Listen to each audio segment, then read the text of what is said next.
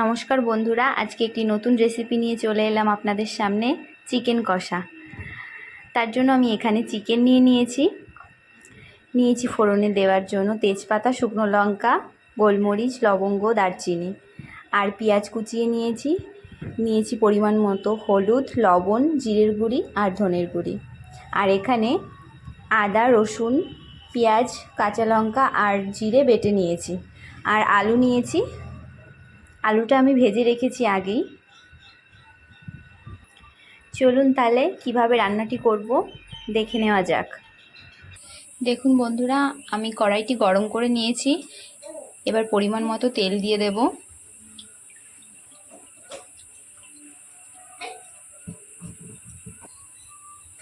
এবার ফোড়নটা দিয়ে দেব। একটু নেড়ে চেড়ে নেব, নিয়ে তারপর পেঁয়াজটা দিয়ে দেব। এবার পেঁয়াজ কুচিটা দিয়ে দেব।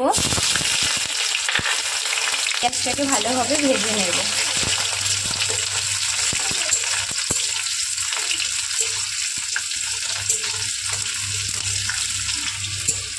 দেখুন আমি পেঁয়াজটাকে ভালো করে ভেজে নিয়েছি। এবার চিকেনগুলো দিয়ে দেব।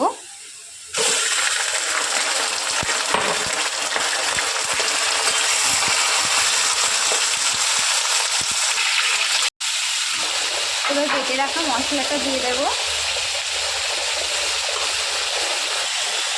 দিয়ে দেবো হলুদ, লবণ, জিরে, ধনের গুঁড়ি। এবার ভালোভাবে নেড়ে চেড়ে মিশিয়ে নেব।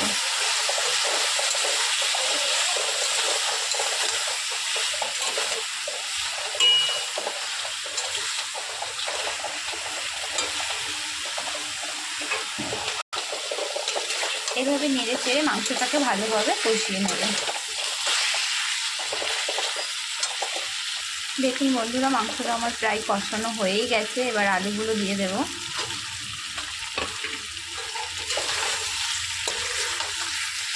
আলুগুলো দিয়ে ভালোভাবে নেড়ে চেড়ে মিশিয়ে নেব।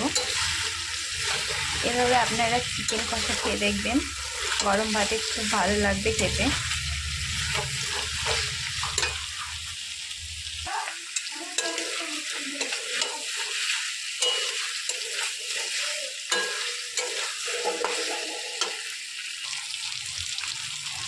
দেখুন বন্ধুরা, আমি এখন একটু টমেটো কেচাপ অ্যাড করছি। আপনারা চাইলে টমেটোও দিতে পারেন।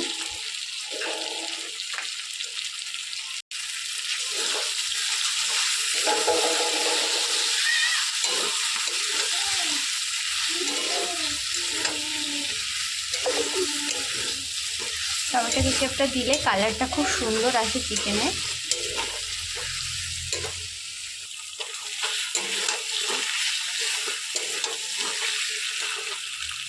দেখুন বন্ধুরা, চিকেনটা আমার কষা হয়ে গেছে। এবার অল্প পরিমাণ জল দিয়ে দেব। আমি মশলার বাটি ধোয়া জলটা দিয়ে দিচ্ছি।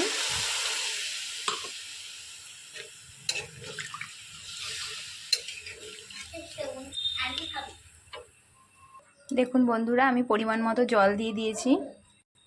এবার 10-15 মিনিটের জন্য ঢাকা দিয়ে দেব। দেখুন বন্ধুরা, আমি ঢেকে দিয়েছি। দেখুন বন্ধুরা, 15 মিনিট পর ফিরে এলাম।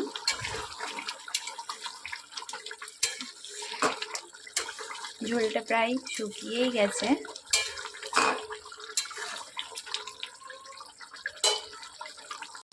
দেখুন বন্ধুরা, আমার চিকেন কষা রেডি। এবার নামিয়ে নেব গ্যাসটা বন্ধ করে দিয়ে। দেখুন বন্ধুরা, চিকেন কষার কালারটা কত সুন্দর এসছে। খেতেও খুব ভালো হবে। আপনারা এভাবে বাড়িতে বানিয়ে খেয়ে দেখবেন। খুব সুন্দর একটা রেসিপি।